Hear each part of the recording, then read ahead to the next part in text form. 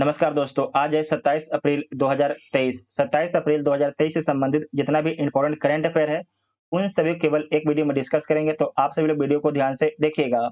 इसका PDF Telegram group join कर सकते हैं, जिसका लिंक आपको डिस्क्रिप्शन में दिया गया है। अगर वीडियो आप सभी को हेल्पफुल लगता है, चैनल को सब्सक्राइब कीजिएगा और वीडियो में दोस्तों में शेयर जरूर कीजिएगा। तो आइए देखते हैं पहला क्वेश्चन। बांग्लादेश के 22वें राष्ट्रपति के रूप में शपथ किसने ली है? तो बांग्लादेश के 22वें राष्ट्रपति के रूप में शपथ मोहम्मद शहाबुद्दीन चुप्पू ने ली है, तो बी इसका राइट आंसर हो जाएगा। इसके स्थान पर तो अब्दुल हमीद के स्थान पर। ये आपके बांग्लादेश है। बांग्लादेश की सीमा किन किन देश से लगता है? तो बांग्लादेश की सीमा जो है भारत और म्यांमार से लगता है। भारत और यहाँ पर लिख देते हैं, भारत और म्यांमार से लगता है बांग्लादेश की सीमा। भारत के किन-किन राज्यों से बांग्लादेश की सीमा लगता है? तो भारत के 5 राज्यों से बांग्लादेश की सीमा लगता है। पहला आपके है पश्चिम बंगाल, दूसरा असम है, तीसरा मेघालय, चौथा त्रिपुरा, 5वां आपकी मिज़ोरम है। सबसे लंबी सीमा किस राज्य से लगता है? तो पश्चिम बंगाल से सबसे लंबी सीमा लगता है बांग्लादेश का। भारत से कितना किलोमीटर सीमा लगता है बांग्लादेश का? तो 4096 किलोमीटर का सीमा लगता है। 4096 किलोमीटर का सीमा लगता है। जो बांग्लादेश है, इसकी राजधानी कहाँ पर है? तो ढाका इसकी राजधानी है। मुद्रा बांग्लादेशी टका है। प्रधानमंत्री शेख हसीना है। सीमा 4096 किलोमीटर लगता है। बांग्लादेश आजाद कब हुआ था? तो 1971 में पाकिस्तान से आजाद होता है। ठीक है, बांग्लादेश 1971 में जो है पाकिस्तान से आजाद होता है भारत के सहयोग से। उसके बाद आपको याद रखना है कि बांग्लादेश के पहले प्रधानमंत्री और पहले राष्ट्रपति कौन बनते हैं? तो शेख मुजीबुर रहमान बनते हैं। शेख मुजीबुर रहमान बनते हैं, लेकिन इनकी हत्या जो है 1975 में बांग्लादेश की सेना के द्वारा कर दिया जाता है। और साथ ही आपको याद रखना है कि जो शेख मुजीबुर रहमान है, इनकी बेटी का नाम क्या है? तो इनकी बेटी का नाम है शेख हसीना, इनकी बेटी का नाम है, जो वर्तमान में बांग्लादेश की प्रधानमंत्री हैं। तो इतना आपको याद रखना है। आईआईटी मद्रास अपना पहला अंतर्राष्ट्रीय परिषद किस देश में स्थापित करेगा? तो तंजानिया देश में स्थापित करेगा। तंजानिया के कहाँ पर स्थापित करेगा?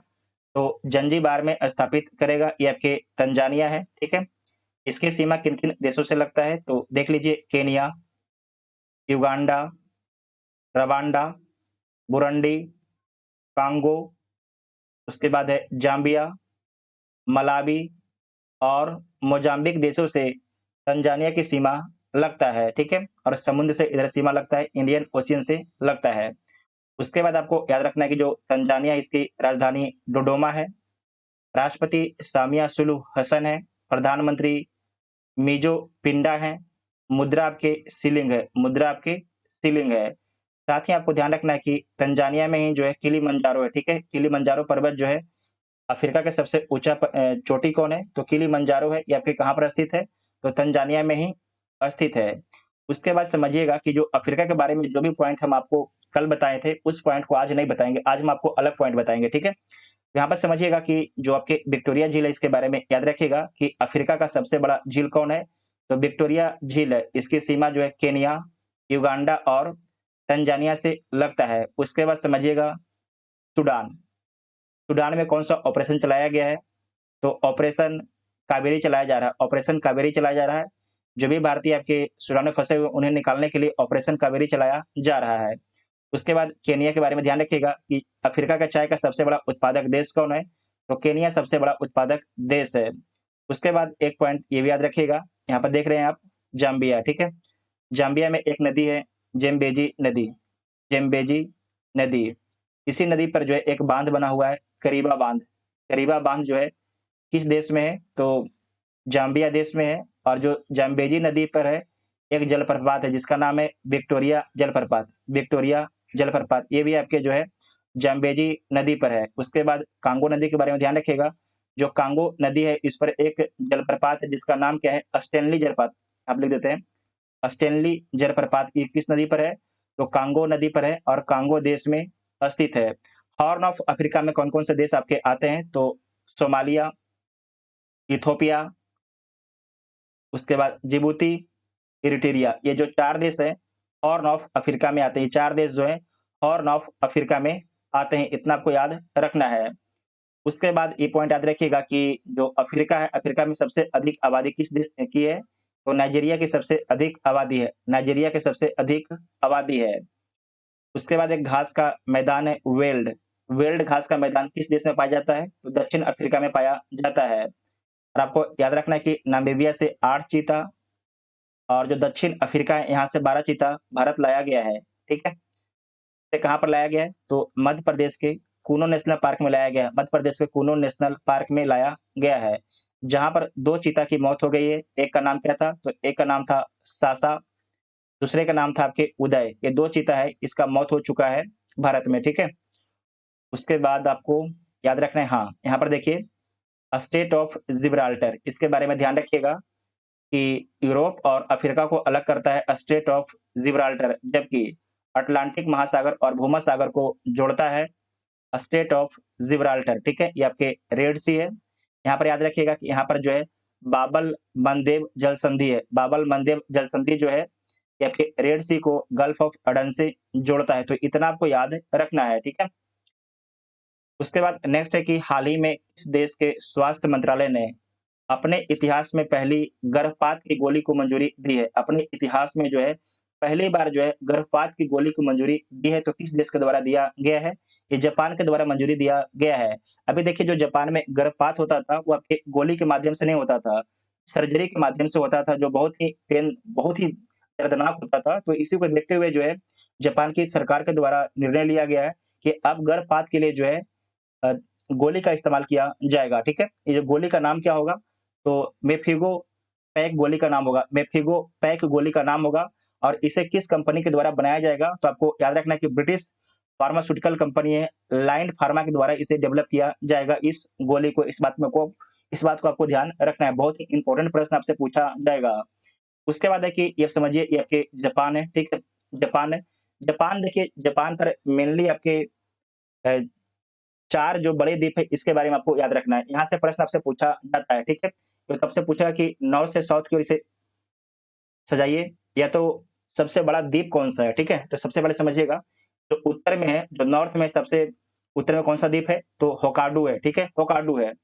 जबकि सबसे बड़ा आपके जो द्वीप है होन्शु है, और आपको याद रखना है कि जो होन्शु द्वीप है, इसी पर आपके टोक्यो स्थित है, इसी पर आपके टोक्यो स्थित है, ठीक है? उसके बाद नीचे में शिकागो है और क्यूशू है। इसे आप लोग याद रखिएगा, नॉर्थ से साउथ इसे याद रखिएगा, आपसे पूछा जाता है। जापान की राजधानी कहाँ पर है? टोक्यो है। यहाँ पर देखिए टोक्यो है। और प्रधानमंत्री फुमियो किशिदा हैं। मुद्रा जापानी येन है। जो जापान की संसद है इसे डाइट बोला जाता है, इसे डाइट बोला जाता है। यहाँ पर देखिएगा, ये आपके नॉर्थ अमेरिका है, ये आपके साउथ अमेरिका है। नॉर्थ अमेरिका की सीमा किन-किन देशों से लगता है? इसे आप लोग ध्यान से याद रखिएगा। तो चाइना, ये क्या हो गया? चाइना, रसिया और साउथ कोरिया से। जो नॉर्थ कोरिया है, जहाँ के शासक किम जोंग उन है, इसकी सीमा जो है चाइना, रसिया और साउथ कोरिया से लगता है। इसे आप लोग ध्यान से याद रखिएगा, ठीक है? नेक्स्ट है कि हाल ही में आईआईटी उद्योग निकाय जिसका नाम है नेस्कॉम, नेस्कॉम का नया अध्यक्ष किसे नियुक्त किया गया है? तो नेस्कॉम का नया अध्यक्ष जो है अनंत माहेश्वरी को नियुक्त किया गया है। पहले कौन थे? तो पहले आपके थे कृष्णन रामानुजम थे, कृष्णम रामानुजन थे। जो अनंत माहेश्वरी हैं इनके बारे में याद रखिएगा, ये 2023 से 24 तक जो है नेस्कॉम के अध्यक्ष रहेंगे। 2023 से 24 तक जो है नेस्कॉम के अध्यक्ष रहेंगे। और साथ ही ये भी याद रखना है कि जो अनंत माहेश्वरी हैं इनके बारे में कि माइक्रोसॉफ्ट इंडिया के भी अध्यक्ष हैं, माइक्रोसॉफ्ट इंडिया के भी आपके अध्यक्ष हैं। जो नेस्कॉम है, नेस्कॉम के उपाध्यक्ष कौन बने हैं? तो राजेश नाम्बियार जो है नेस्कॉम के उपाध्यक्ष बने हैं। और इनका भी जो कार्यकाल है 2023 से 24 तक इनका कार्यकाल है। नेस्कॉम का फुल फॉर्म क्या होता है? तो national association of software and services companies इसका फुल फॉर्म होता है, ठीक है? इसकी स्थापना कब किया गया था नेस्कॉम का? तो 1 मार्च 1988 को स्थापना किया गया था। इसके संस्थापक थे देवांग मेहता और नंदन नीलेकनी इसके संस्थापक थे। और आपको याद रखना है कि एक जो है गैर सरकारी व्यापार संघ है, इसका मुख्यालय नोएडा उत्तर प्रदेश में इसका मुख्यालय है। एलआईसी का नया उप निवेश अधिकारी किसे बनाया गया है? तो रत्नाकर पटनायक को बनाया गया है। 28वां महालेखा महानियंत्रक कौन बने हैं? तो यस दुबे बने हैं। मुख्य चुनाव आयुक्त राजीव कुमार हैं। नीति आयोग के उपाध्यक्ष कौन है? तो सुमन कुमार बेरी हैं। नीति आयोग के सीईओ कौन है? तो बीबीआर सुब्रमण्यम है। फिक्की के महासचिव कौन है? तो शैलेश पाठक है। एसोचैम के अध्यक्ष अजय सिंह है। भारतीय टेबल टेनिस संघ के अध्यक्ष मेघना अहलावत हैं, ठीक है। हाल ही में आरबीआई ने किस कंपनी को गैर बैंकिंग वित्त कंपनी का लाइसेंस दिया है? बहुत ही अच्छा सवाल है कि आरबीआई ने किस कंपनी को जो है गैर बैंकिंग वित्त कंपनी का लाइसेंस दिया है?